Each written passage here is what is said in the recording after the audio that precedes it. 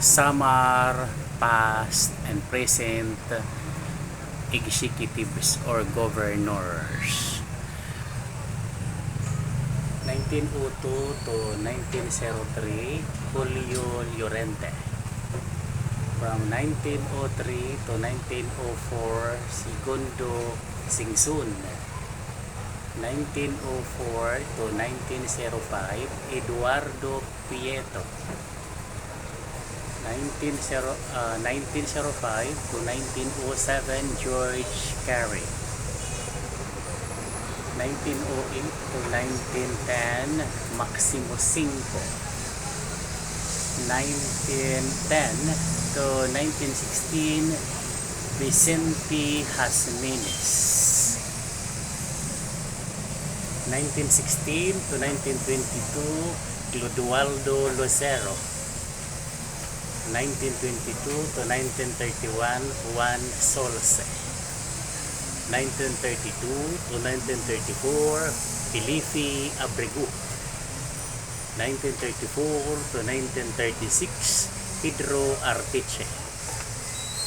1937 to 1940, Felipe Abregu. 1940 to 1941, Cayetano Lucero.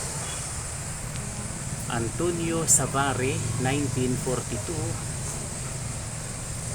Cayetano Lucero, 1943 to 1944.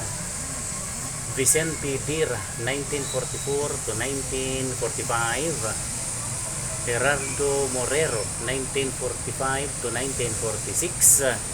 Baltasar Abilino, 1946 to 1950. Dicoroso Rosales, 1950 to 1955.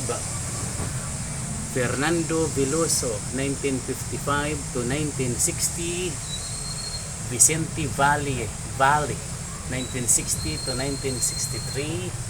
Esteban Tixon, 1963 to 1967. Jose E. Ronio, 1967 to 1973. Pablo Cinco, 1973 to 1976.